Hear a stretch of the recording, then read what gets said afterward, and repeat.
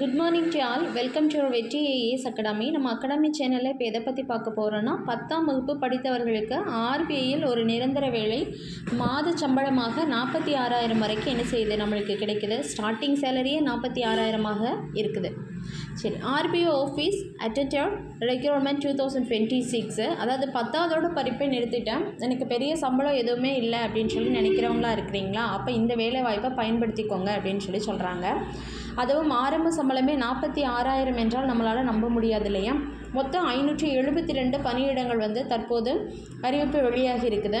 சாதாரணமாக 10ஆம் வகுப்பு தகுதிக்கு தனியார் நிறுவனங்களில் 10,000 15,000 வரைக்கும் தான் கொடுப்பாங்க. ஆனால் இங்கே ஃபஸ்ட்டே நம்மளுக்கு 46,000 கொடுக்குறாங்கன்னா என்ன பண்ணுறாங்க, ஒரு பெரிய ஜாக்பாட்டு தான்.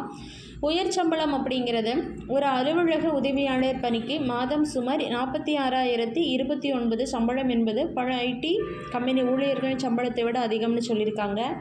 அது மட்டும் இல்லாமல் இது ஒரு நல்ல மத்திய அரசு வேலை, ஒரு கௌரவமான வேலை அப்படின்னு சொல்லலாம். ரிசர்வ் பேங்கில் வேலை பார்க்குறேன்னு சொல்லிக்கலாம் இல்லையா? அதனால சொல்கிறாங்க. யாரெல்லாம் விண்ணப்பிக்கலாம் அப்படின்னு சொல்லி பார்த்தீங்கன்னா, அங்கீகரிக்கப்பட்ட பள்ளியில் 10ஆம் வகுப்பு அதாவது எஸ்எஸ்எல்சி மெட்ரிகுலேஷன் தேர்ச்சி பெற்றிருக்கணும். இவங்க மட்டும்தான் விண்ணப்பிக்க முடியும். வயது வரம்பு பொறுத்தளவுக்கு நீங்கள் 18 வயது முதல் 25 வயதுக்கு மிகாதவராக இருக்க வேண்டும்.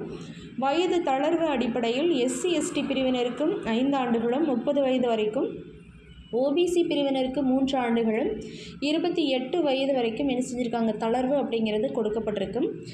யார் கவனிக்க வேண்டும் அப்படின்னா, பொது அலுவலக உதவியாளர் பணிக்கு பட்டப்படிப்பு முடித்தவர்கள் விண்ணப்பிக்க தகுதியற்றவர்கள் என்று முந்தைய அறிவிப்புகளில் இருக்கும்.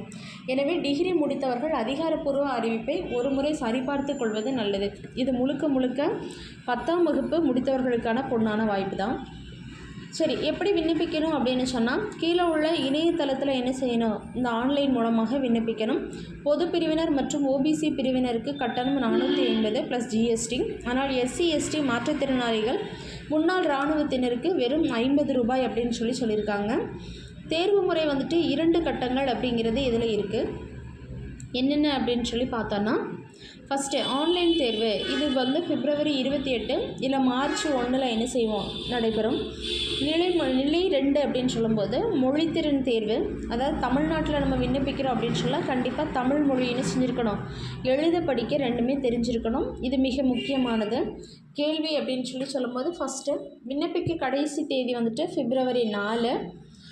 தமிழ்நாட்டில் தேர்வு மையங்கள் இருக்குமானா கண்டிப்பாக இருக்கும். சென்னை, கோவை, மதுரை இந்த முக்கிய நகரங்களில் தேர்வு மையங்கள் அப்படிங்கிறது கொடுக்கப்படும். பெண்களுக்கும் இது 100% பாதுகாப்பான பணி அப்படின்னு சொல்லலாம்.